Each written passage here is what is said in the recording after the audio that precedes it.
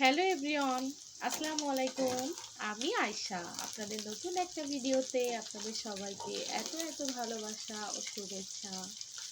আজকে সন্ধ্যা রান্না করতেছি হচ্ছে পাস্তা, বাট চিকেন দিয়েছি এখানে অল্প, পেঁয়াজ ঝাল এগুলো দিয়ে সুন্দর মতো আমি করে নিচ্ছি মশলাগুলোকে। আর মেইন যে জিনিসটা পাস্তা, সেটা এখানে সেদ্ধ হচ্ছে। এটা হচ্ছে সেদ্ধ করা শেষ, এখন চুলাটা নিভিয়ে দেবো। আর মশলাটা এদিকে সুন্দর মতো কষিয়ে নিয়ে আমি ভিতরে পাস্তাগুলোকে এখন দিয়ে দিব। বাট আমার কাছে মশলা নাই, তাও মন্দ হবে না খেতে। আসলে সন্ধ্যার নাস্তা হিসাবে অল্প তো বেশ ভালোই লাগবে খেতে, তো এটা রান্না করে নিচ্ছি এখন। তো এই যে পাস্তাগুলোকে সুন্দর মতো পানি ঝরিয়ে নিয়েছি। তো এখানে লবণ হলুদ আর অল্প একটু পানি অ্যাড করে দিয়েছি, দিয়ে এখন চিকেনটাকে সুন্দর মতো একটু রান্না করে নেব, যাতে চিকেন কাঁচা কাঁচা ভাব না থাকে আর গন্ধ না বের হয়। এখানে এটা হয়ে যাক, তারপরে এর ভেতরে আমি পাস্তাটাকে দিয়ে দিব।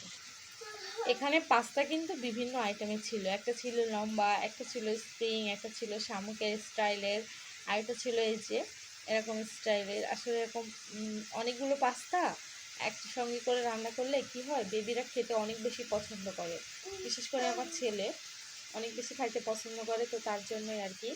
তো এখানে পাস্তাগুলোকে, আর এই যে এখন আমি এর ভিতরে পাস্তাটাকে দিয়ে দেবো, দিয়ে সুন্দর মতো নাড়াচাড়া করবো। তো এই যে পাস্তাটাকে দিয়ে দিলাম, দিয়ে দিয়েছি, আর সুন্দর মতো এখন নাড়াচাড়া করে নেব। যদি একটু চিজ থাকতো তাহলে মনে হয় বেশি ভালো লাগতো। আসলে চিজ দিয়ে পাস্তা রান্না করলে বেশ মজার হয়, বাট আমার বাসায় ছিল না, এই জন্য চিজটা দিতে পারি নাই, শুধু চিকেন দিয়েছি। আর যেহেতু ছেলে খাবে, এজন্য এর ভেতরে হচ্ছে আমি কেশি সল ব্যবহার করি না, কারণ হচ্ছে বাচ্চাদের এটা শরীরের পক্ষে একদমই ভালো না। এই জন্য পাস্তাটার কালার কিন্তু বেশ সুন্দর এসেছে, আর খেতেও মনে হয় ভীষণই টেস্ট হবে। তো এটাকে সুন্দর মতো এভাবে নাড়াচাড়া করে ভাজা ভাজা করে এখন আমি এটাকে নামিয়ে নেব। তো এই যে আমার পাস্তার ফাইনাল লুক।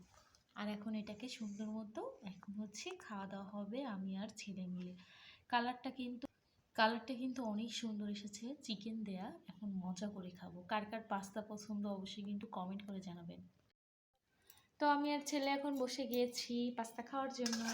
সুন্দর মতো এখন খাবো, তো সুন্দর মতো এটাকে নেড়ে চেড়ে নিচ্ছিলাম, মুখে পানি চলে আসতেছে। বিসমিল্লাহ।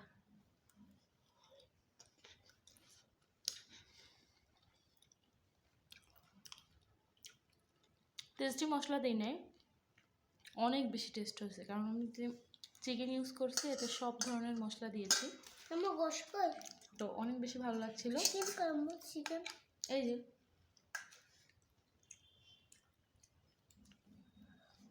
তো সন্ধ্যার ঝটপট রেসিপিতে আপনারা চাইলেও কিন্তু খেতে পারেন।